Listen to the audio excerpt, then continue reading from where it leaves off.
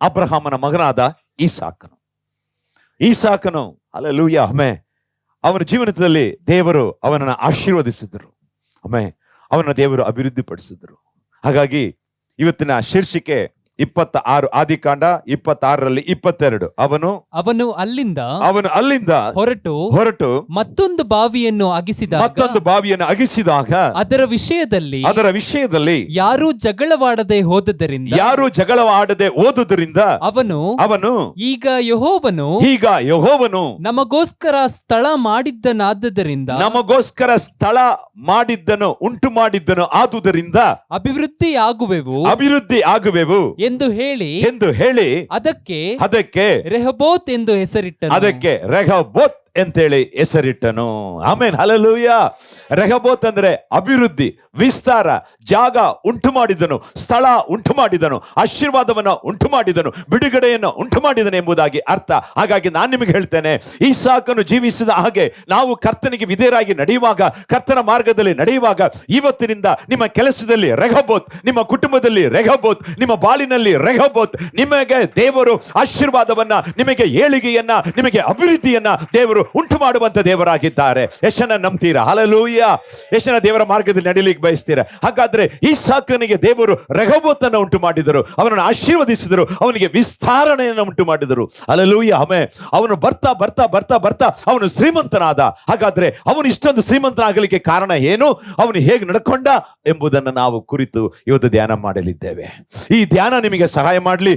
ನಿಮಗೂ ಕೂಡ ಹಾಗೆ ಈಸಾಕನ ಹಾಗೆ ನೀವು ಸಹ ನಿಮ್ಮ ಕೆಲಸದಲ್ಲಿ, ನಿಮ್ಮ ಪ್ರತಿಯೊಂದು ಕಾರ್ಯದಲ್ಲಿ ಇವತ್ತಿನಿಂದ ನಿಮಗೆ ಒಂದು ರೆಹಬೋತ್, ಇವತ್ತಿನಿಂದ ನಿಮಗೆ ಅಭಿವೃದ್ಧಿ, ಇವತ್ತಿನಿಂದ ನಿಮಗೆ ಆಶೀರ್ವಾದ, ಇವತ್ತಿನಿಂದ ನಿಮಗೆ ಯೇಸುವಿನ ನಾಮದಲ್ಲಿ ಆಶೀರ್ವಾದ ಉಂಟಾಗತ್ತೆ.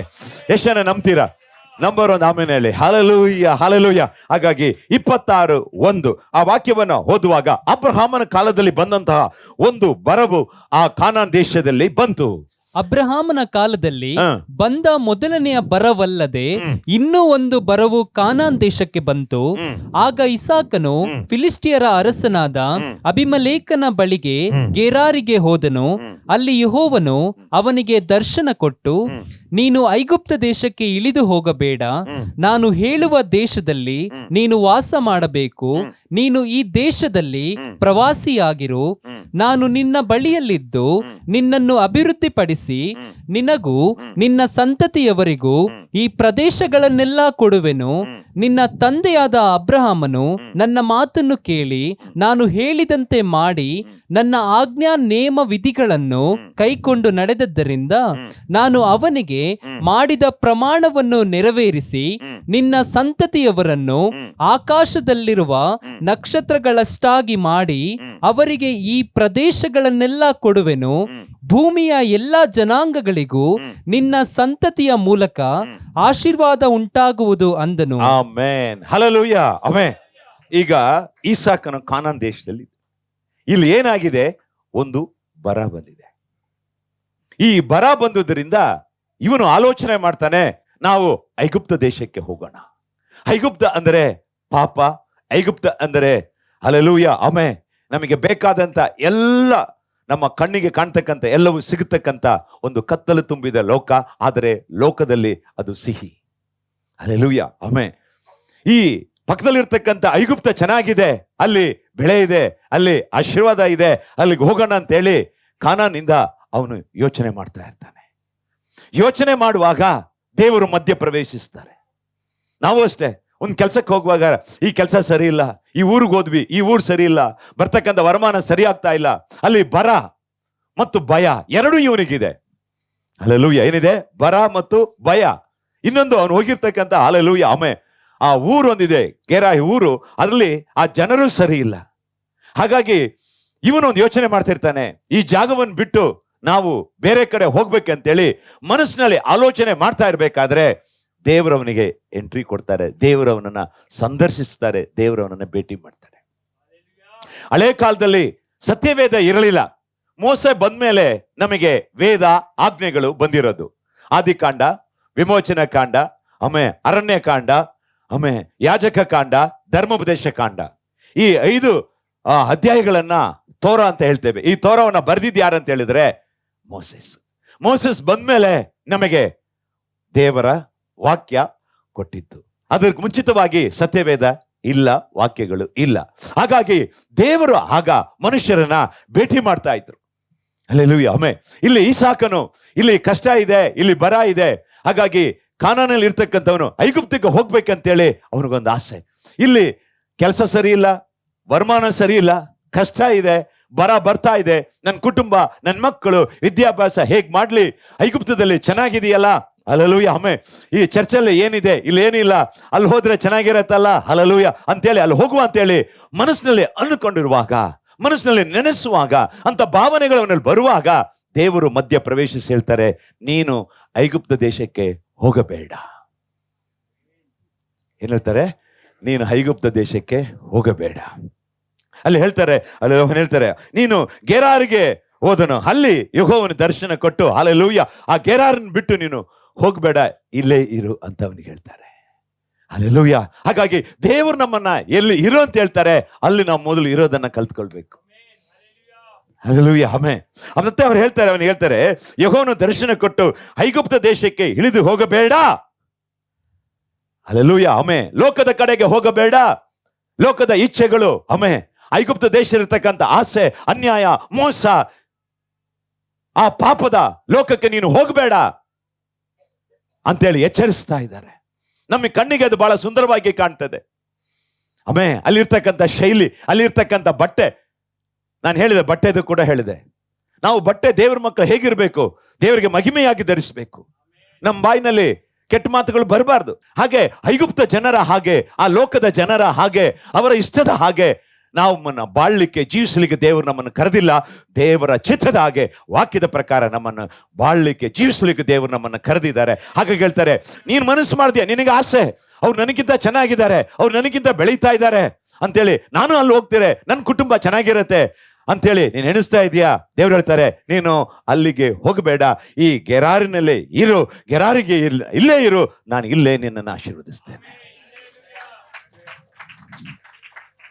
Hallelujah, amen. ಒಂದು ಉದಾಹರಣೆ ನೀವು ನೋಡ್ಕೋಬಹುದು. ನವೋಮಿ ಬೆಥೇಲಲ್ಲಿ ಇರಬೇಕಿತ್ತು, ಆದ್ರೆ ಮೋವಾಬ್ ದೇಶಕ್ಕೆ ಹೋದ್ಲು. ಏನಾಯ್ತು? ಗಂಡ ತೀರ್ಕೊಂಡ, 2 ಗಂಡು ಮಕ್ಕಳು ಕಳ್ಕೊಂಡು, ಆಸ್ತಿ ಕಳ್ಕೊಂಡ್ಲು. ಅಲ್ಲಿ ಬರ ಬಂದಾಗ ಆ ಕಷ್ಟ ನೋಡ್ಕೊಂಡು ಬಿಟ್ಟು ಹೋದ್ಲು. ಕಷ್ಟ ಬರ್ಲಿಲ್ವಾ? ಓರ್ಪಾಳು ಬಿಟ್ಟು ಹೋದ್ಲು, ಅಡ್ರೆಸ್ ಇಲ್ಲ. ಹಾಗೆ ಇಲ್ಲಿ ದೇವರು ಎಚ್ಚರಿಕೆಯನ್ನು ಕೊಡ್ತಿದ್ದಾರೆ, ನೀನು ಈ ಗೆರಾರಿನಲ್ಲೇ ಇರು, ನೀನು ಬೇರೆ ಎಲ್ಲೂ ಹೋಗಬೇಡ. ನಾವು ಅಷ್ಟೇ, ದೇವರು ನಿಮ್ಮನ್ನು ಯಾವ ಸಭೆಯಲ್ಲಿ ತಂದಿಟ್ಟಿದ್ದಾರೆ, ಆ ಸಭೆಯಲ್ಲಿ ಕರ್ತನಿಗೆ ಪ್ರಿಯವಾಗಿ ನೀವು ಪ್ರಾಮಾಣಿಕರಾಗಿರಿ, ದೇವರು ನಿಮ್ಮನ್ನು ಆಶೀರ್ವದಿಸ್ತಾರೆ.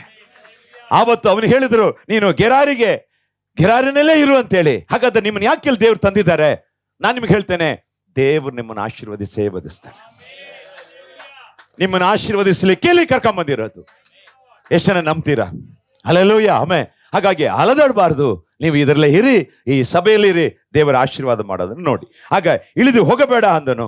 ನಾನು ಹೇಳುವ ದೇಶದಲ್ಲಿ ನೀನು ವಾಸ ಮಾಡು, ನೀನು ಈ ದೇಶದಲ್ಲಿ ಪ್ರವಾಸಿಯಾಗಿರು, ನಾನು ನಿನ್ನ ಬಳಿಯಲ್ಲಿದ್ದು ನಿನ್ನನ್ನು ಅಭಿವೃದ್ಧಿಪಡಿಸು, ನಿನಗೂ ನಿನ್ನ ಸಂತತಿಗೂ ಈ ಪ್ರದೇಶವನ್ನು ಕೊಡುವೆನು. ಇದು ದೇವರ ವಾಗ್ದಾನ. ದೇವರು ನಿಮಗೆ ಕೊಡ್ತಾ ಇದ್ದಾರೆ ವಾಗ್ದಾನ. ದೇವರ ಮಾತನ್ನು ಅನುಸರಿಸಿ, ದೇವರಲ್ಲಿ, ದೇವರ ವಾಕ್ಯದಲ್ಲಿ ದೇವರಿಗೆ ಪ್ರಿಯವಾಗಿ ನೀವು ಜೀವಿಸುವಾಗ, ದೇವರು ನಿಮ್ಮ ಕುಟುಂಬವನ್ನ, ನಿಮ್ಮ ಮಕ್ಕಳನ್ನ, ನಿಮ್ಮ ಆರೋಗ್ಯವನ್ನ, ನಿಮ್ಮ ಕೆಲಸವನ್ನ, ನಿಮ್ಮ ಆದಾಯವನ್ನ ಯೇಸು ಆಶೀರ್ವದಿಸುವಂತ ದೇವರಾಗಿದ್ದಾರೆ. ನಿಮ್ಮ ವಿದ್ಯಾಭ್ಯಾಸವನ್ನ, ನಿಮ್ಮ ಬದುಕನ್ನ, ನಿಮ್ಮ ಮಕ್ಕಳ ಬಾಳನ್ನ, ಪ್ರತಿಯೊಂದನ್ನ ದೇವರು ಆಶೀರ್ವದಿಸಲಿಕ್ಕೆ ಆತನು ಶಕ್ತನಾಗಿದ್ದಾನೆ. ಆದರೆ ದೇವರ ವಾಕ್ಯದ ಪ್ರಕಾರ ನಡೀಲಿಕ್ಕೆ ನೀವು ಸಿದ್ಧರಾಗಿದ್ದೀರಾ? ಹೇಳ್ತಾರೆ, ನಾನು ನಿನ್ನ ಆಶೀರ್ವದಿಸ್ತೇನೆ. ನೆಕ್ಸ್ಟ್ ಮುಂದುವರೆದು 4ನೇ ವಾಕ್ಯ ಓದಪ್ಪ. ನಿನ್ನ ತಂದೆಯಾದ ಅಬ್ರಹಾಮನು ನನ್ನ ಮಾತನ್ನು ಕೇಳಿ ನಾನು ಹೇಳಿದಂತೆ ಮಾಡಿ ನನ್ನ ಆಜ್ಞಾ ನೇಮ ವಿಧಿಗಳನ್ನು ಕೈಕೊಂಡು ನಡೆದದ್ದರಿಂದ ನಾನು ಅವನಿಗೆ ಮಾಡಿದ ಪ್ರಮಾಣವನ್ನು ನೆರವೇರಿಸಿ. ನೋಡಿ ಏನ್ ಹೇಳ್ತಿದ್ದಾರೆ, ಯಾರು ಹೇಳ್ತಾ ಇದ್ದಾರೆ? ಅಬ್ರಹಾಮನ ಬಗ್ಗೆ ದೇವರು ಹೇಳ್ತಾ ಇದ್ದಾರೆ, ನಿಮ್ಮಪ್ಪ ನನ್ನ ಮಾತಿಗೆ ವಿಧೇಯನಾಗಿ ನನ್ನ ಆಜ್ಞೆಗಳನ್ನ, ನನ್ನ ವಿಧಿಗಳನ್ನ, ನನ್ನ ನಿಯಮಗಳನ್ನ ಕೈಗೊಂಡು ಬಾಳಿದ. ನಿಮ್ ಕುರಿತು ನಿಮ್ಮ ಮಕ್ಕಳು ಏನ್ ಹೇಳ್ತಾರೆ? ನಮ್ಮಪ್ಪ, ನಮ್ಮಮ್ಮ, ನಮ್ಮ ಅಣ್ಣ, ಅವನು ದೇವರ ಮಾರ್ಗದಲ್ಲಿ ನಡೆದಂತ ತಾಯಿ, ನನ್ನ ತಂದೆ ದೇವರಿಗೆ ಭಯಪಟ್ಟು ಜೀವಿಸಿದಂತ ತಂದೆ ಅಂತ ನಿಮಗೆ ಸಾಕ್ಷಿ ಇದೆಯಾ? ಹಲೋ, ಇದೀರಾ ಇಲ್ವಾ? ಇದೆಯಾ? ಈಗ ಸ್ವತಃ ದೇವರೇ ಹೇಳ್ತಾ ಇದ್ದಾರೆ, ನಿಮ್ಮಪ್ಪ ಇದ್ದಾನಲ್ಲ, ನಿಮ್ಮಪ್ಪ ನನ್ನ ಮಾತನ್ನು ಕೇಳಿ ನಡೆದ, ನಿಮ್ಮಪ್ಪ ನನ್ನ ಮಾತಿಗೆ ವಿಧೇಯನಾದ, ನಿಮ್ಮ ಅವ್ವ ನನ್ನ ಮಾತಿಗೆ ವಿಧೇಯಲಾದ್ಲು, ನಿಮ್ಮ ಅಕ್ಕ ನನ್ನ ಮಾತಿಗೆ ವಿಧೇಯಲ್ಲ, ಆದ್ದರಿಂದ ಅವನನ್ನು ಆಶೀರ್ವದಿಸೇ ಬದಿಸ್ತೇನೆ. ನೀವು ಹೇಗಿದ್ದೀರಾ? ನಿಮ್ಮ ಬಾಳಿನಲ್ಲಿ, ಬದುಕಿನಲ್ಲಿ ಇಂತಹ ಒಂದು ಸಾಕ್ಷಿ ಇದೆಯೇನು? ಹಲೋ, ಇದೀರಾ? ನಮ್ಮಪ್ಪ ಪ್ರಾರ್ಥನೆ ಮಾಡೋನು, ನಮ್ಮಪ್ಪ ಸತ್ಯವೇದ ಓದೋನು, ನಮ್ಮಪ್ಪ ಆಲಯಕ್ಕೆ ಸರಿಯಾಗಿ ಹೋಗ್ತಕ್ಕಂಥವನು, ನಮ್ಮಪ್ಪ ದೇವರಿಗೆ ಭಯಭಕ್ತಿಯಾಗಿ ಜೀವಿಸ್ತಕ್ಕಂಥ ಅವನು ನಮ್ಮ ತಂದೆ ರೀ. ಆಸ್ತಿ ಇದೆಯಾ? ಇಲ್ಲ ರೀ. ಅಂತಸ್ತು ಇದೆಯಾ? ಇಲ್ಲ. ದೇವರಿಗೆ ಸಾಕ್ಷಿಯಾಗಿ ಜೀವಿಸೋದನ್ನು ಕಲ್ತ್ಕೋಬೇಕು. ಇಲ್ಲಿ ದೇವರೇ ಸ್ವತಃ ಹೇಳ್ತಿದ್ದಾರೆ, ಈಸಾಕ ನಿಮ್ಮಪ್ಪ ಯಾರು ಗೊತ್ತಾ? ಹಲೋ, ನಮ್ಮ ಜೀವನದಲ್ಲಿ ಹೇಗಿದೆ? ನಿಮ್ಮ ಬದುಕು ಹೇಗಿದೆ? ನಿಮ್ಮ ಆದರ್ಶ ಹೇಗಿದೆ? ನಾವು ಮಕ್ಕಳಿಗೆ ಏನ್ ಹೇಳ್ತಾ ಇದ್ದೀವಿ? ಅಬ್ರಹಾಮ ಒಬ್ಬ ಒಳ್ಳೆ ಮಾರ್ಗದರ್ಶಕನಾಗಿದ್ದ, ಒಳ್ಳೆ ಸಾಕ್ಷಿ ಜೀವಿತ. ಅದನ್ನ ದೇವರೇ ಸ್ವತಃ ಅವ್ರ ಮಗನಿಗೆ ಹೇಳ್ತಾರೆ, ನಿಮ್ಮಪ್ಪ ನನ್ನ ವಿಧಿ ಆಜ್ಞೆಗಳನ್ನು ಅನುಸರಿಸಿ ನಡೆದ, ಆದ್ದರಿಂದ ಅವನಿಗೆ ಕೊಟ್ಟ ಆಶೀರ್ವಾದವನ್ನ, ವಾಗ್ದಾನವನ್ನ, ಕೆಲವೊಂದನ್ನು ಅವನ ಜೀವನದಲ್ಲಿ ನಡೆಸಿದ್ದೇನೆ, ಕೆಲವೊಂದನ್ನು ನಿನ್ನ ಜೀವನದಲ್ಲಿ ನಡೆಸ್ತೇನೆ. ಒಂದು ಹಲ್ಲೆಲೂಯಾ.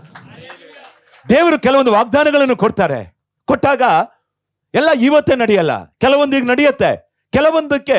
ಕೆಲವೊಂದು ವಾಗ್ದಾನಗಳನ್ನು ಅನುಭವಿಸಲಿಕ್ಕೆ ನಮಗೆ ಆರೋಗ್ಯ ಅಥವಾ ಆಯಸ್ಸು ಇಲ್ಲದೆ ಹೋಗ್ಬೋದು. ಆಗ ಆ ವಾಗ್ದಾನವನ್ನ ನಮ್ಮ ಸಂತತಿ ಮುಖಾಂತರ ದೇವರು ನೆರವೇರಿಸುವಂತ ದೇವರಾಗಿದ್ದಾರೆ. ಕೈತಟ್ರಿ. ಇಲ್ಲಿ ನಾನು ಹೇಳಿದ್ ನಿಮಗೆ ಎಷ್ಟು ಅರ್ಥ ಆಯ್ತಾ? ನನ್ನ ಜೀವನದಲ್ಲಿ ಕೆಲವೊಂದು ವಾಗ್ದಾನಗಳು ನೆರೆದಿದೆ, ನೆರವೇರ್ತಾ ಇದೆ. ಇನ್ನೂ ಅನೇಕ ವಾಗ್ದಾನಗಳು ದೇವರು ನನಗೆ ಕೊಟ್ಟಿದ್ದಾರೆ. ಅದಕ್ಕೆ ದೇವರು ಆರೋಗ್ಯ, ಸಮಯ ಎಲ್ಲವನ್ನೂ ನೋಡ್ತಾರೆ. ಅಬ್ರಹಾಮ ತೀರೋದ, ಈಗ ದೇವರು ಅಬ್ರಹಾಮನು ಮಾಡಿದಂತ ಅದೇ ವಾಗ್ದಾನವನ್ನ ನಾನು ನಿನ್ನ ಜೀವನದಲ್ಲಿ ಮಾಡ್ತೇನೆ ಅಂತ ಹೇಳ್ತಾರೆ. ಹಾಗಾದ್ರೆ ಅಬ್ರಹಾಮನು ಮಾಡಿದಂತ ಆಶೀರ್ವಾದ ಅಬ್ರಹಾಮನ್ ಕಾಣ್ಲಿಕ್ಕೆ ವಯಸ್ಸಿರ್ಲಿಲ್ಲ, ಹೆಲ್ತ್ ಆರೋಗ್ಯ ಸರಿ ಇಲ್ವ ಏನೋ ಗೊತ್ತಿಲ್ಲ. ಮೋಸೆ ಹೇಳ್ದ, ಮೋಸೆ ನೀನು ಕಾನಾನಿಗೆ ಕರ್ಕೊಂಡು, ಮೋಸೆನೂ ಕೂಡ ಕಾನಾನಿಗೆ ಕರ್ಕೊಂಡು ಹೋಗ್ಲಿಲ್ಲ, ಯೋಶುವ ಕರ್ಕೊಂಡು ಹೋಗಿದ್ದು. ಇದೀರಾ ಇಲ್ವಾ? ಹಲ್ಲೆಲೂಯಾ. ವಾಗ್ದಾನ ಯಾರು ನೋಡಿದ್ದು? ಯೋಶುವ. ಈಗ ದೇವರು ನಮಗೆ ಅನೇಕ ವಾಗ್ದಾನಗಳನ್ನು ಕೊಡ್ತಾ ಇದ್ದಾರೆ ಅಂತ ಹೇಳಿದ್ರೆ, ಕೆಲವೊಂದು ನಮ್ಮ ಜೀವನದಲ್ಲಿ ನೆರವೇರ್ಬೋದು, ಕೆಲವೊಂದು ನಮ್ಮ ಮಕ್ಕಳ ಜೀವನದಲ್ಲಿ. ಹಲೋ, ಕರಗಳು ತಟ್ರಿ. ಹಲ್ಲೆಲೂಯಾ. ಅದು ನೆರವೇರಬೇಕಾದ್ರೆ ತಂದೆ ತಾಯಿ ಆದಂತ ನಾವು ದೇವರ ಮಾರ್ಗದಲ್ಲಿ ನಡಿಬೇಕು. ಮಕ್ಕಳಾದಂತ ನೀವು ದೇವರ ಮಾರ್ಗದಲ್ಲಿ ದೇವರ ವಾಕ್ಯವನ್ನು ಅನುಸರಿಸಿ ನಡೆಯಬೇಕು. ಅಬ್ರಹಾಮನು ತಂದೆಗೆ ವಿಧೇಯನಾಗಿದ್ದ. ಆ ಆಸೆ ನಾವು ಮಕ್ಕಳಾದಂತ ನಾವು ಕಾರು ಓಡಿಸ್ತೀವಿ, ಬೈಕು ಓಡಿಸ್ತೀವಿ. ಸಿಂಪಲ್, ಚಿಕ್ಕ ವಿಷಯ ಆಗಿರ್ಬೋದು. ನಮ್ಮಪ್ಪ ಸ್ವಲ್ಪ ದಿನ ಸೇವೆ ಮಾಡಿದ್ರು, ಅವ್ರಿಗೆ ಇನ್ನೂ ಸೇವೆ ಮಾಡ್ಬೇಕಂತ ಆಸೆ ಇತ್ತು, ಬಟ್ ಅವ್ರು ಮಾಡ್ಲಿಲ್ಲ. ಅವರ ಪ್ರಾರ್ಥನೆ, ದೇವರ ದಯೆ ನಾವು ಮಾಡ್ತಾ ಇದ್ದೀವಿ. ಅವರಿಗೆ ಸೇವೆ ಮಾಡಬೇಕು, ಸೇವೆ ಸಹಾಯ ಮಾಡಬೇಕು, ಅನೇಕ ಕಾರ್ಯಗಳು ಮಾಡಬೇಕು ಅವ್ರಿಗೆ ಆಸೆ ಇತ್ತು. ನಮ್ಮ ಜೊತೆ ಹಂಚ್ಕೊಳ್ತಾ ಇದ್ರು. ಆದ್ರೆ ಅವರು ಅದನ್ನ ಮಾಡ್ಲಿಕ್ಕೆ ಅವ್ರ ಆರೋಗ್ಯ, ಬಲಹೀನತೆ ಆಗ್ಲಿಲ್ಲ, ನಡೀಲಿಲ್ಲ. ಹಾಗಾಗಿ ದೇವರು ಅವರು ಕೊಟ್ಟ ವಾಗ್ದಾನವನ್ನ ಹಾಗೆ ಮಣ್ಣು ಪಾಲು ಮಾಡ್ಬಿಟ್ರೇನೋ? ಯಾರ ಮುಖಾಂತರ ನೆರವೇರಿಸ್ತಾ ಇದ್ದಾರೆ? ಅವ್ರ ಮಕ್ಕಳ ಮುಖಾಂತರ. ಆದ್ರೆ ದೇವರು ನಿಮಗೆ ಕೊಟ್ಟಿದ್ದ ಕೆಲವು ವಾಗ್ದಾನಗಳನ್ನ ನಿಮ್ಮ ಜೀವನದಲ್ಲಿ ನೆರವೇರ್ತದೆ. ಹಾಗೂ ಆಗ್ಲಿಲ್ಲ ಅಂತ ಹೇಳಿದ್ರೆ ಅದನ್ನ ನಿಮ್ಮ ಮಕ್ಕಳ ಜೀವನದಲ್ಲಿ ದೇವರು ಖಂಡಿತವಾಗಿ ನೆರವೇರಿಸುವಂತ ದೇವರಾಗಿದ್ದಾರೆ. ಕರಗಳನ್ನು ತಟ್ಟಿ ಕರ್ತನ ಮಹಿಮೆ ಪಡಿಸುವ. ಆದ್ರೆ ಕರ್ತನಲ್ಲಿ ನೀವು ಪ್ರಿಯರಾಗಿರಬೇಕು, ಕರ್ತನಲ್ಲಿ ಭಕ್ತಿಯಾಗಿರಬೇಕು, ಕರ್ತನ ವಾಕ್ಯದಲ್ಲಿ ನಡೆಯತಕ್ಕಂಥ ಮಕ್ಕಳಾಗಿ ನೀವು ಇರಬೇಕಾಗತ್ತೆ. ಅದನ್ನೆಲ್ಲ ಹೇಳ್ತಾ ಇದ್ದಾರೆ. ಹಲ್ಲೆಲೂಯಾ. ಆಮೆನ್. ದೇವರು ಎಲ್ಲವನ್ನೂ ನೋಡ್ತಾ ಇದ್ದಾರೆ. ನೋಡಿ, ಅವನು ಆ ಊರಲ್ಲಿ ಗೆರಾರಿನಲ್ಲಿ ಇರುವಾಗ ಮನಸ್ಸಲ್ಲಿ ಆಲೋಚನೆ ಬರುತ್ತೆ. ಏನಂತ? ನಾನು ಐಗುಪ್ತಿಗೆ ಹೋದ್ರೆ ಚೆನ್ನಾಗಿರತ್ತಲ್ಲ. ಈಸಾಕನಿಗೆ ಆಸೆ ಬಂತೇನು, ನಾನು ಐಗುಪ್ತಿಗೆ ಹೋಗ್ಬಿಡ್ತೀನಿ ಅಂತೇಳಿ. ರೀ, ಒಂದು ಮಾತು ಹೇಳ, ನಮ್ಮ ಬಾಯಿಂದ ಮಾತು ಬರೋ ಮುಂಚೆ ನಮ್ಮ ಆಲೋಚನೆ ಏನೆಂಬುದನ್ನ ದೇವರು ತಿಳಿದಿದ್ದಾನೆ. ಕೀರ್ತನೆ 139 1 2 3. ಯೆಹೋವನೇ, ನೀನು ನನ್ನನ್ನು ಪರೀಕ್ಷಿಸಿ ತಿಳ್ಕೊಂಡಿದ್ದಿ. ನೀನು ನನ್ನನ್ನ ಪಕ್ಕದಲ್ಲಿ, ನಿನ್ ಬಗ್ಗೆ ಚೆನ್ನಾಗಿ ಗೊತ್ತು. ಯಾರಿಗೆ? ನಿಮ್ಮ ಅಪ್ಪ ಅಮ್ಮನಿಗೆ ಗೊತ್ತಿಲ್ಲ? ನಿಮ್ಮ ಅಪ್ಪನ ಮೋಸ ಮಾಡ್ಬೋದು, ನಿನ್ನ ಗಂಡನಿಗೂ ಮೋಸ ಮಾಡ್ಬೋದು, ಹೆಂಡತಿಗೂ ಮೋಸ ಮಾಡ್ಬೋದು, ಎಲ್ರಿಗೂ ಮೋಸ ಮಾಡ್ಬೋದು. ಆದ್ರೆ ಏಸಪ್ಪನಿಗೆ ಮಾತ್ರ ಮೋಸ ಮಾಡಕ್ಕೆ ಆಗಲ್ಲ. ನಿನ್ ಮನದಾಗೆ ಏನೈತೆ ಅಂದ್ರೆ ನಮ್ಮ ಅಪ್ಪನಿಗೆ ಗೊತ್ತೈತಿ. ಹಲ್ಲೆಲೂಯಾ. ಓದಪ್ಪ. ನಾನು ಕೂತುಕೊಳ್ಳುವುದು ಏಳುವುದು. ನೋಡು, ನೀನು ಎಲ್ಲಿ ಕೂತ್ಕೊಳ್ತೀಯ, ಯಾರ ಜೊತೆ ಕೂತ್ಕೊಳ್ತೀಯ, ಯಾವ ಹೋಟ್ಲಲ್ಲಿ ಕೂತ್ಕೊಳ್ತೀಯ, ಎಲ್ಲಿ ಚೇರ್ಸ್ ಮಾಡ್ತೀಯ. ನಾನು ಹೇಳಿದ ಚೇರು ಚೇರು ಚೇರು.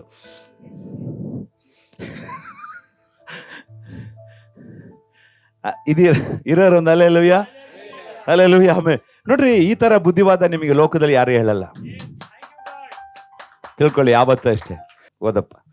ದೂರದಿಂದಲೇ ನನ್ನ ಆಲೋಚನೆಗಳನ್ನು ಬಲ್ಲವನಾಗಿರುತ್ತಿ, ನಾನು ನಡೆಯುವುದನ್ನು ಮಲಗುವುದನ್ನ ಶೋಧಿಸಿ ಗ್ರಹಿಸಿಕೊಳ್ಳುತ್ತಿ. ನನ್ನ ನಡತೆಯಲ್ಲ ನಿನಗೆ ಗೋಚರವಾಗಿದೆ. ಯೆಹೋವನೇ, ನನ್ನ ನಾಲಿಗೆಯ ಮಾತುಗಳಲ್ಲಿ ನೀನು ಅರಿಯದೇ ಇರುವಂತದ್ದು ಒಂದೂ ಇಲ್ಲ. ಒಳಗೇನಿದೆ. ನೆಂಟರು ಬಂದ್ರೆ ದೂರದಲ್ಲಿ ಬನ್ರಿ ಮನೆಗೆ ಅಂತೀವಿ.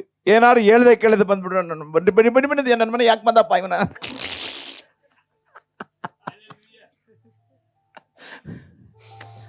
ಅರ್ಥ ಆಯ್ತಾ ನಿಮಗೆ?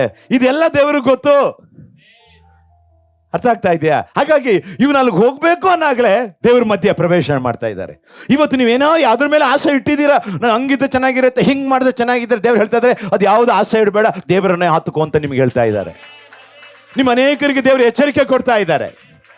ಹಲ್ಲೆಲೂಯಾ. ಅಲ್ಲಿ ಚೆನ್ನಾಗಿದೆ, ಹೌದು ಹೌದು, ಈ ಕಡೆಗೆ ಆ ಕಡೆ ಇರ್ತಕ್ಕಂಥ ಚೆನ್ನಾಗೇ ಕಾಣೋದು, ಪಕ್ಕದಲ್ಲಿ ಹೋದ್ಮೇಲೆ ಆ ಕವಲು ಹೊಡೆದಿರೋದಕ್ಕೆ ಗೊತ್ತಾಗತ್ತೆ. ಕನ್ನಡ ಅರ್ಥ ಆಗಲ್ಲ ಬಿಡ್ರಿ ನಿಮಗೆ.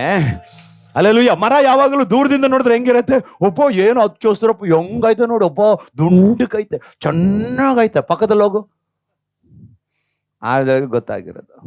ಹಾಗೆ ಅಲ್ಲಿಗೆ ಹೋಗ್ಬೇಡ ಅಂತೇಳಿ ದೇವ್ರು ಎಚ್ಚರಿಸ್ತಾ ಇದೆ. ಕೆಲವೊಬ್ರಿಗೆ ಹೇಳ್ತದೆ ನಿನಗದು ಬೇಡ, ಆ ಗುಣ ಬೇಡ, ಆ ಅಭ್ಯಾಸ ಬೇಡ, ಆ ಕಳ್ತನ ಬೇಡ, ಆ ಡ್ರಾಮಾ ಬೇಡ, ಹಲ್ಲೆಲೂಯಾ, ಆ ವಂಚನೆ ಬೇಡ, ಅದನ್ನ ಬಿಟ್ಬಿಡು, ನಾನು ನಿನಗೆ ಇಲ್ಲೇ ಆಶೀರ್ವದಿಸ್ತೇನೆ, ನಾನು ಇಲ್ಲೇ ನಿನಗೆ ಆಶೀರ್ವದಿಸ್ತೇನೆ. ನೋಡಿ 6ನೇ ವಾಕ್ಯ ಓದಪ್ಪ, 25 ಓದಪ್ಪ.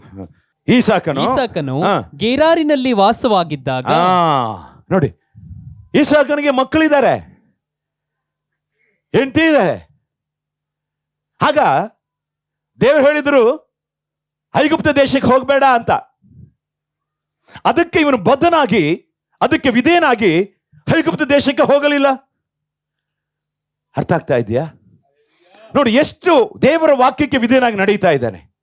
ದೇವರ ವಾಕ್ಯ ಹೇಳ್ತದೆ, ನನ್ನ ವಾಕ್ಯಕ್ಕೆ ನಡುಗುವನನ್ನ ನಾನು ಕಟಾಕ್ಷಿಸ್ತೇನೆ, ನಾನು ಆಶೀರ್ವದಿಸ್ತೇನೆ. ನಿನಗೆ ಸ್ವಲ್ಪ ಬಲ ಬಿದ್ದು ನನ್ನ ಸಹನ ವಾಕ್ಯವನ್ನ ಕಾಪಾಡಿಕೊಂಡು ನಡೆದ್ದರಿಂದ ನಿನ್ನ ಮುಂದೆ ತೆರೆದ ಬಾಗಿಲನ್ನಿಟ್ಟಿದ್ದೇನೆ, ಯಾರು ಅದನ್ನು ಮುಚ್ಚಲಿಕ್ಕೆ ಸಾಧ್ಯವಿಲ್ಲ ಅಂತ ದೇವರು ಹೇಳಿದ್ದಾರೆ. ಹಾಗಾದ್ರೆ ನೀವು ಇವತ್ತು ಯಾರಿಗೆ ವಿಧೇಯರಾಗಿ ನಡೀತಾ ಇದ್ದೀರಾ? ದೇವರ ವಾಕ್ಯಕ್ಕೆ ವಿಧೇಯರಾಗಿ ನಡೀತಾ ಇದ್ದೀರಾ? ದೇವರ ವಾಕ್ಯಕ್ಕೆ ಅನುಗುಣವಾಗಿ ನಡೀತಾ ಇದ್ದೀರಾ? ದೇವರ ವಾಕ್ಯ ನಂಬ್ತಾ ಇದ್ದೀರಾ? ನಿಮ್ಮ ಜೀವನದಲ್ಲಿ, ನಿಮ್ಮ ಕುಟುಂಬದಲ್ಲಿ, ಎಲ್ಲ ಕಾರ್ಯದಲ್ಲಿ, ಎಲ್ಲ ವಿಶೇಷಗಳಲ್ಲಿ ಯಾವುದಕ್ಕೆ ಆದ್ಯತೆ, ಯಾವುದಕ್ಕೆ ಪ್ರಥಮ ಸ್ಥಾನ? ಮೊದಲು ದೇವರ ರಾಜ್ಯ ಮತ್ತು ನೀತಿಯನ್ನ ಹುಡುಕು, ಅಂದ್ರೆ ಅದರಲ್ಲಿ ನಡೆ. ವಾಕ್ಯ ಕೇಳೋದು ಮುಖ್ಯ ಅಲ್ಲ, ವಾಕ್ಯವನ್ನು ಅನುಸರಿಸಿ ಅಳವಡಿಸಿಕೊಂಡು ಅದ್ರಲ್ಲಿ ನಡೀತಕ್ಕಂಥದ್ದೇ ಮುಖ್ಯ ರೀ.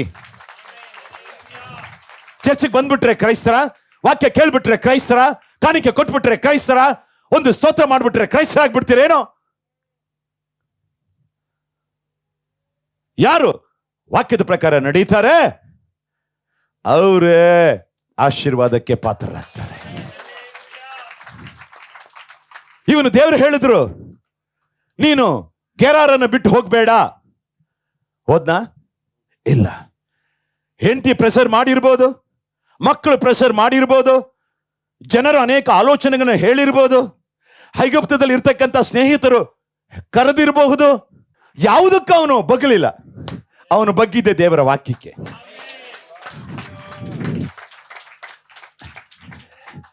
ಅರ್ಥ ಆಗ್ತಾ ಇದೆಯಾ? ನಿಮಗೆ ಅನೇಕರ ಆಲೋಚನೆಗಳು ಹೇಳ್ಬೋದು, ಆದರೆ ಯಾವುದಕ್ಕೆ ಆದ್ಯತೆ, ಯಾವುದಕ್ಕೆ ಪ್ರಥಮ ಸ್ಥಾನ, ನೀವು ನಿಮ್ಮ ಬಾಳಿನಲ್ಲಿ, ಬದುಕಿನಲ್ಲಿ, ಜೀವನದಲ್ಲಿ ಕೊಡ್ತಾ ಇದ್ದೀರಿ ಅನ್ನೋದೇ ಬಹಳ ಮುಖ್ಯ. ಪ್ರಪಂಚ ಅನೇಕ ಆಲೋಚನೆಗಳು ಹೇಳುತ್ತೆ, ಇಲ್ಲ ಅಂತ ನಾನು ಹೇಳಲ್ಲ. ಆದರೆ ಎಲ್ಲದಕ್ಕಿಂತ ಯಾವುದಕ್ಕೆ ನಾವು ಮೊದಲು ಸ್ಥಾನ ಕೊಡಬೇಕು, ಆದ್ಯತೆ ಕೊಡಬೇಕಂದ್ರೆ ದೇವರ ವಾಕ್ಯಕ್ಕೆ. ಹಲ್ಲೆಲೂಯ. ಅಣ್ಣ ಒಂದು ಹೇಳಿರ್ಬೋದು, ಜನ ಒಂದು ಹೇಳ್ಬೋದು, ಇನ್ನೊಬ್ರು ಅವರವರ ಅನಿಸಿಕೆಗಳನ್ನ, ಭಾವನೆಗಳನ್ನ ನಾವು ತೋಡ್ಕೊಳ್ತಾರೆ, ಹೇಳ್ತಾರೆ ಅವರ ಅನುಭವದಲ್ಲಿ. ಆದ್ರೆ ದೇವರ ಮಕ್ಕಳಾದಂತ ನಮಗೆ ಒಂದು ಮಾರ್ಗ ಇದೆ, ನಾನೇ ಮಾರ್ಗ, ನಾನೇ ಸತ್ಯ, ನಾನೇ ಜೀವ ಅಂತ ಹೇಳಿದಂತಹ ದೇವರ ವಾಕ್ಯವನ್ನ ಹಿಡ್ಕೊಳ್ಬೇಕಾಗತ್ತೆ. ಇವತ್ತು ಎಷ್ಟು ಜನ ಇದ್ರಲ್ಲಿ ನಡೀತಾ ಇದ್ದೀರಾ? ನಿಮಗೆ ಇವತ್ತು ರೆಹೋಬೋತ್ ಬರಬೇಕಾ? ನಿಮಗೆ ಆಶೀರ್ವಾದ ಬೇಕಾ? ಅವನು ದೇವರ ಮಾತಿಗೆ ವಿಧೇಯನಾಗಿ ಗೆರಾರಲ್ಲಿ ವಾಸವಾಗಿದ್ದ. ಹಲ್ಲೆಲೂಯ. ನಿಮ್ಮನ್ನು ಎಳಿಬಹುದು ಜನ, ಅಲ್ಲಿ ಕೂಟ ಇದೆ, ಇಲ್ಲಿ ಕೂಟ ಇದೆ, ಅಲ್ಲಿ ಊಟ ಇದೆ, ಅಲ್ಲಿ ಹಂಗಿದೆ, ಇಲ್ಲಿ ಹಿಂಗಿದೆ. ಹೆಂಗಿದ್ರೆ ಆಶೀರ್ವಾದ ಮಾಡೋದು ಯಾರವ್ವ? ವಾಕ್ಯದ ಪ್ರಕಾರ ನಡೆಯುವ, ದೇವರು ನಿನಗೆ ಇಲ್ಲೇ ಆಶೀರ್ವದಿಸ್ತಾನೆ. ಇಲ್ಲಿ ಹಾಗೆ ಐಗುಪ್ತ್ಯ ಕರೀತದೆ. ಆಮೇಲೆ ಲೋಕದ ಆಸೆ, ಲೋಕದ ಸ್ಟೈಲು, ಲೋಕದ ಅರ್ಧ ಪರ್ಧ ಅಥವಾ ಪರ್ದೆ, ಅರ್ಥ ಆಯ್ತಾ? ಹಾಗಾಗಿ ಅದಕ್ಕೆ ನಾವು ಹೋಗದೆ, ಲೋಕದ ಅನುಸಾರವಾಗಿ ನಾವು ಹೋಗದೆ, ದೇವರ ಚಿತ್ತದಲ್ಲಿ ದೇವರ ವಾಕ್ಯವನ್ನು ಅನುಸರಿಸಿ ನಾವು ನಡೆಯುವಾಗ ಖಂಡಿತ ಹೇಳ್ತೇನೆ, ಇವತ್ತು ನಿಮ್ಮ ಜೀವನದಲ್ಲಿ ರೆಹೋಬೋತ್. ಎಲ್ಲರೂ ಹೇಳಿ ರೆಹೋಬೋತ್. ಹಲ್ಲೆಲೂಯಾ. ಆಮೆನ್. ಹೇಳಿ, ಇವತ್ತು ರೆಹೋಬೋತೆ ಇವತ್ತಿನಿಂದ. ಹಲ್ಲೆಲೂಯಾ. ಆಮೆನ್. ದೇವರನ್ನು ಎಲ್ಲ ಸ್ಥಳ ಉಂಟು ಮಾಡುವನು, ಆಶೀರ್ವಾದವನ್ನು ಉಂಟು ಮಾಡುವನು. ಅವನು ದೇವರಿಗೆ ವಿಧೇಯರಾಗಿ ಅಲ್ಲೇ ಇದ್ದ, ಹೋಗಲೇ ಇಲ್ಲ. ಯಾರು ಏನೇ ಹೇಳಿ ಪರವಾಗಿಲ್ಲ, ನಮ್ಮಪ್ಪ ನನಗೆ ಮಾತಾಡಿದ್ದಾರೆ, ನನ್ನ ಕೈಯಲ್ಲಿ ಸತ್ಯವೇದ ಹೇಳ್ತದೆ, ಹೀಗೆ ಹೋಗಂತಲ್ಲ, ಹಾಗೆ ಹೋಗ್ತದೆ. ಇದ್ದು ನೋಡ್ರಿ, ದೇವರು ನಿಮ್ಮನ್ನು ಆಶೀರ್ವದಿಸ್ತಾರೆ. ಇಲ್ಲ ನೋಡ್ರಿ, ದೇವರ ಮಕ್ಕಳು ಆಶೀರ್ವಾದವಾಗಿರ್ಬೇಕು. ಕೈ ತಟ್ಟಿ ಹೋಗಲಿ ದೇವರಿಗೆ. ನೆಕ್ಸ್ಟ್, ಅಲ್ಲಿದ್ದು ಸುಮ್ಮನೆ ಇರಲಿಲ್ಲ. 26:12 ಓದುವಾಗ, ಇಸಾಕನು ಆ ದೇಶದಲ್ಲಿ ಬೀಜವನ್ನು ಬಿತ್ತಿ ಅದೇ ವರ್ಷದಲ್ಲಿ 100ರಷ್ಟು ಬೆಳೆಯನ್ನು ಹೊಂದಿದನು. ಅಷ್ಟು 100ರಷ್ಟು, ಪಕ್ಕದಲ್ಲಿ ಹೇಳಿ 100 ಪಟ್ಟು. ಹಲ್ಲೆಲೂಯಾ. ಎಷ್ಟು ಹೇಳಿ? 100 ಪಟ್ಟು. ಹಲ್ಲೆಲೂಯಾ. ಓದಪ್ಪ ನೆಕ್ಸ್ಟ್. 100ರಷ್ಟು ಬೆಳೆಯನ್ನು ಹೊಂದಿದನು. ಯೆಹೋವನು ಅವನನ್ನು ಅಭಿವೃದ್ಧಿಪಡಿಸಿದನು. ಅವನ ಐಶ್ವರ್ಯವು ದಿನೇ ದಿನೇ ಹೆಚ್ಚಿದ್ದರಿಂದ ಬಹು ಧನವಂತನಾದನು. ಏನಾದ? ಧನವಂತ, ಶ್ರೀಮಂತನಾದ. ಎಲ್ಲರೂ ಹೇಳಿ ಶ್ರೀಮಂತ. ಎಷ್ಟು ಜನ ಶ್ರೀಮಂತರಾಗಬೇಕಾದ ಆಸೆ ಇದೆ? ಸುಮ್ಮನೆ ಬರಲ್ಲ, ಬಿತ್ತಬೇಕು. 12 ಓದಪ್ಪ. ಇಸಾಕನು ಆ ದೇಶದಲ್ಲಿ ಎಲ್ಲಿ ಬರ ಬಂತಲ್ಲ, ಕಷ್ಟದಲ್ಲಿದ್ದಾನೆ, ಅವನಿಗೆ ಭಯ. ಆ ಕಷ್ಟದ ಸಮಯದಲ್ಲಿ ಏನ್ ಮಾಡ್ತಾ ಇದ್ದಾನೆ? ಬಿತ್ತುತ್ತಾ ಇದ್ದಾನೆ. ಬಿತ್ತಬೇಕು. ಬೀಜ ಬಿತ್ತದೆ, ಫಲ ನಿಮಗೆ ಸಿಗಲ್ಲ. ಹಲ್ಲೆಲೂಯಾ. ನೆಲ ಇದೆ, ಬಿತ್ತನೆ ಇಲ್ಲದೆ ಫಲ ಬರತ್ತಾ? ಹಲ್ಲೆಲೂಯಾ. ಆಮೆನ್. ಇದು ನ್ಯಾಚುರಲ್, ನೈಸರ್ಗಿಕವಾಗಿ ನಾವು ಯೋಚನೆ ಮಾಡಬೇಕು. ಪ್ರತಿಯೊಬ್ಬರು ಅಷ್ಟೇ, ಬಿತ್ತಬೇಕು. ಬಿತ್ತಿದ್ರೆ 100ಕ್ಕೆ 100 ಫಲ. ಈ ಲೋಕದಲ್ಲಿ ಯಾವುದೇ ಬಿಸ್ನೆಸ್ ಮಾಡಿ 100ಕ್ಕೆ 100 ಇಲ್ಲ. 30%, 60%, 70%, ಕೆಲವುದೆಲ್ಲ 20%. ಕೆಲವೊಬ್ರು ಹೇಳ್ತಾರೆ ಎಲ್ಲಾ ಖರ್ಚು ಹೋಗಿ ಒಂದು 30% ಬಂದ್ರೆ ಸಾಕಂತ ಹೇಳ್ತಾರೆ. ನಮ್ಮಪ್ಪ ಹೇಳ್ತಾರೆ 100ಕ್ಕೆ 100 ಕೊಡ್ತೀನಿ. ಹಲ್ಲೆಲೂಯಾ. ನಿಮ್ಮ ಮುಂದೆ ವಾಕ್ಯದ ಆಧಾರ ಇದೆ. ಹಲ್ಲೆಲೂಯಾ. ದೇವರು ಏನು ಹೇಳ್ತಾರೆ? ಅಲ್ಲಿ ಓದಪ್ಪ. ಇಸಾಕನು ಆ ದೇಶದಲ್ಲಿ ಬೀಜವನ್ನು ಬಿತ್ತಿ ಅದೇ ವರ್ಷದಲ್ಲಿ 100ರಷ್ಟು ಬೆಳೆಯನ್ನು ಹೊಂದಿದನು. ಆಮೆನ್. ನೀವು ಬೀಜ ಬಿತ್ತಬೇಕು. ನಿಮ್ ನೆಲ ಯಾವುದು? ಇದೇ ಸಭೆ. ನಿಮ್ಮ ನೆಲ ಈ ಹೊಲ. ಅರ್ಥ ಆಗ್ತಾ ಇದೆಯಾ? ನಿಮ್ಮನ್ನ ದೇವರು ಯಾವ ಸಭೆಯಲ್ಲಿ ಇಟ್ಟಿದ್ದಾರೆ, ಆ ಸಭೆಗೆ ನೀವು ನಂಬಿಗಸ್ತರಾಗಿ ನೀವು ಬಿತ್ತುವಾಗ ಖಂಡಿತ ಹೇಳ್ತಾನೆ, ನೀವು ಶ್ರೀಮಂತರಾಗೇ ಆಗ್ತೀರ. ಇಲ್ಲಿ ಹೇಳ್ತಾರೆ ಬಿತ್ತಬೇಕು, ಬಿತ್ತನೆ ಇಲ್ಲದೆ ಇಲ್ಲ. ಓಕೆ. 2 ಕೊರಿಂಥ್ಯ 9:6 ಮತ್ತು 10ನೇ ವಾಕ್ಯ, 2 ವಾಕ್ಯ ಹೇಳ್ತದೆ. ಆದರೆ ಸ್ವಲ್ಪವಾಗಿ ಬಿತ್ತುವವನು ಪೈರನ್ನ ಸ್ವಲ್ಪವಾಗಿ ಕೊಯ್ಯುವನು. ಆಮೇಲೆ 5 ಎಕರೆ ಇದೆ, ನೀನು 1 ಎಕರೆ ಬಿತ್ತಿದ್ರೆ 5 ಎಕರೆ ಫಲ ಬರುತ್ತೆ ನಿನ್ಗೆ. ಅಣ್ಣ ಹಲೋ, ಇಲ್ಲಿರ್ರಿ, ಕೇಳಿದ್ರ? ಇದೀರಾ ಇಲ್ಲ? ಬಿತ್ತಬೇಕು ಬೀಜ. ಆಮೇಲೆ ಹಲ್ಲೆಲೂಯಾ, ವಿಶೇಷವಾಗಿ ದೇವ್ರ ಮಕ್ಕಳಿಗೆ ಸೂಪರ್ ನ್ಯಾಚುರಲ್ ಬ್ಲೆಸ್ಸಿಂಗ್ ಇಟ್ಟಿದ್ದಾರೆ, 100% ಬ್ಲೆಸ್ಸಿಂಗ್. ನೀವು ಸೇವೆಗೆ ಕೊಡಬೇಕು. ಆಮೇಲೆ ಹಲ್ಲೆಲೂಯಾ, ದಶಮಾಂಶಗಳನ್ನ ಕೊಡಬೇಕು. ನೀವು ಸ್ವಲ್ಪ ಕಾಣಿಕೆ ಕೊಟ್ರೆ ನಿಮ್ಗೆ ಸ್ವಲ್ಪನೇ ಬರೋದು. ಅರ್ಥ ಆಯ್ತಾ? ಈ ದಶಮಾಂಶ ಕೊಡ್ಬೇಕು ಅನ್ನೋದು ಹಳೆ ಒಡಂಬಡಿಕೆ. ಹೊಸ ಒಡಂಬಡಿ ಲೆಕ್ಕ ಅಲ್ಲ, ಮನಪೂರ್ವಕವಾಗಿ ಕೊಡು. Hallelujah, amen. ಮನಪೂರ್ವಕವಾಗಿ ನಿಮ್ಮ ಮನೆ, ನಿಮ್ಮ ಸ್ವಾರ್ಥಕ್ಕೆ, ಮಕ್ಕಳಿಗೆ, ಎಲ್ರಿಗೂ ಖರ್ಚು ಮಾಡೋದಕ್ಕಿಂತ ಹೆಚ್ಚಾಗಿ ಸೇವೆಗೆ ಕೊಡು.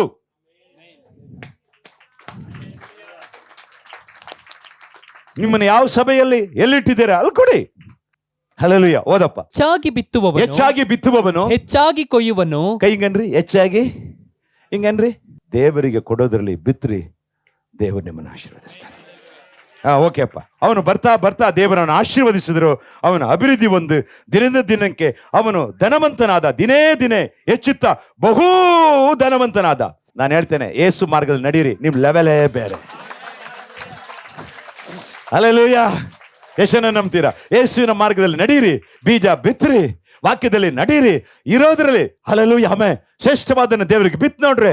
ನೀವು ಎಲ್ಲಿ ಅವಮಾನ ಪಟ್ರಿ, ಯಾರು ನಿಮ್ಮನ್ನು ಹೀಯಾಳಿಸಿದ್ರು, ಅಲ್ಲಿ ನಿಮ್ಮನ್ನ ತಲೆ ಎತ್ತಿ ನಡೆಯುವಾಗ ನಮ್ಮ ಅಪ್ಪ ಮಾಡ್ತಾರೆ. ನಿಮಗೆ ರೆಹೋಬೋತ್